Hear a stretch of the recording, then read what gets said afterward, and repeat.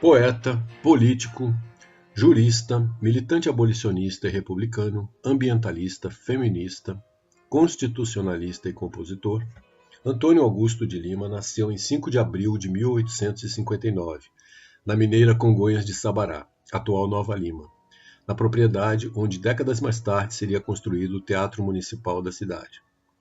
Seu pai, José Severiano de Lima, era conhecido como Juca da Califórnia, uma referência ao nome de sua fazenda, e descendia de uma linhagem de mineradores de ouro portugueses. Sua mãe, Maria Rita Diniz Barbosa, era filha de Antônio Diniz Barbosa, pintor, músico artesão, alfaiate e proprietário de uma pousada em Casa Branca, povoação do município de Ouro Preto.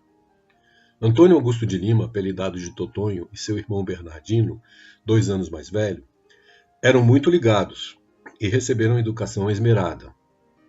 Na infância frequentaram o seminário de Mariana e em seguida foram mandados para o Colégio do Caraça, instituição fundada em 1820 e visitada periodicamente pelo imperador Dom Pedro II. No interior da construção se erguia a bela igreja Senhora Mãe dos Homens.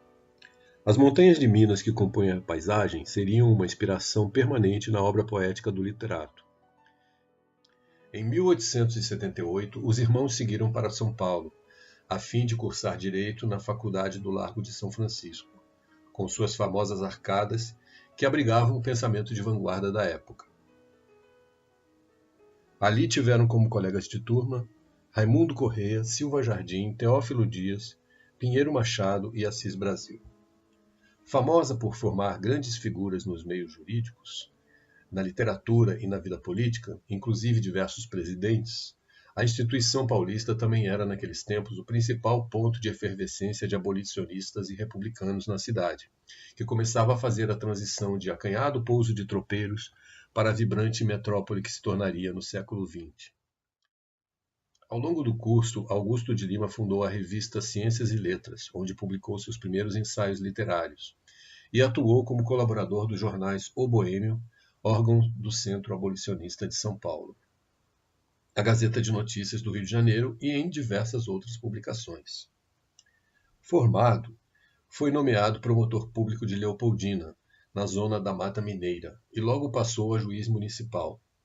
Durante sua permanência na região, publicou o seu primeiro livro de poemas, Contemporâneas, que lhe valeu boas críticas e o inscreveu entre os círculos parnasianos. Essa notoriedade lhe renderia um convite do músico Manuel Joaquim de Macedo para a composição do libreto da ópera Tiradentes.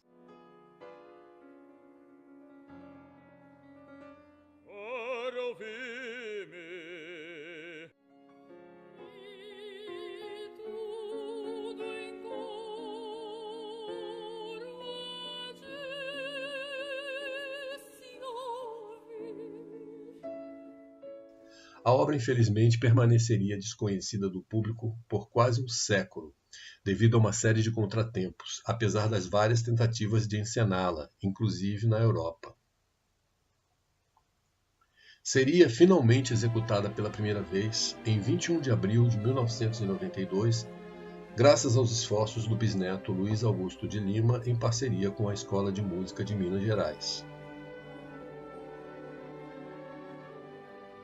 Apaixonado não apenas pelas letras, mas também músico que era capaz de interpretar peças eruditas ao piano e a espineta que herdou dos Diniz Barbosa, Augusto de Lima era um admirador das composições do alemão Richard Wagner, afinidade compartilhada por sua então noiva Vera Monteiro de Barros de Sucô, de ascendência paterna germânica, assim como a esposa de seu irmão, a paulista Esther Franzen.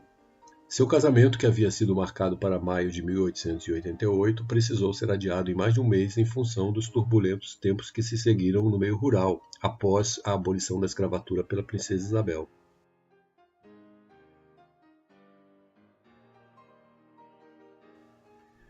Depois da proclamação da República, assumiu a chefia da Polícia de Minas Gerais e, em 1891, foi feito presidente do Estado, cuja capital estava sediada em Ouro Preto. Um dos seus primeiros atos no governo foi dirigir uma mensagem à primeira Assembleia Republicana, defendendo a mudança da capital para Belo Horizonte, argumentando que era necessário instalar a administração estadual em uma cidade moderna e planejada. A proposta lhe custou muita resistência, já que os habitantes de Ouro Preto temiam pela perda de importância política e pelo esvaziamento econômico do município. Em 1892, voltaria a investir na carreira literária, publicando símbolos e alinhando-se à corrente denominada simbolista, caracterizada por aspectos românticos, panteístas e metafísicos, em oposição ao naturalismo e ao realismo.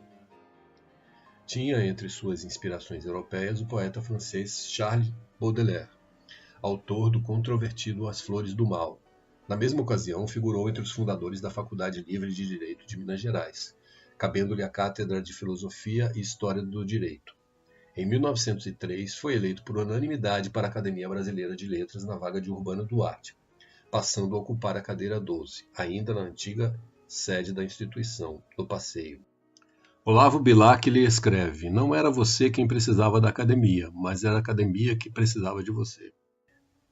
Augusto de Lima e sua numerosa família permaneceriam em Belo Horizonte por mais alguns meses, até ser eleito deputado federal pela primeira vez, transferindo-se para o Rio de Janeiro.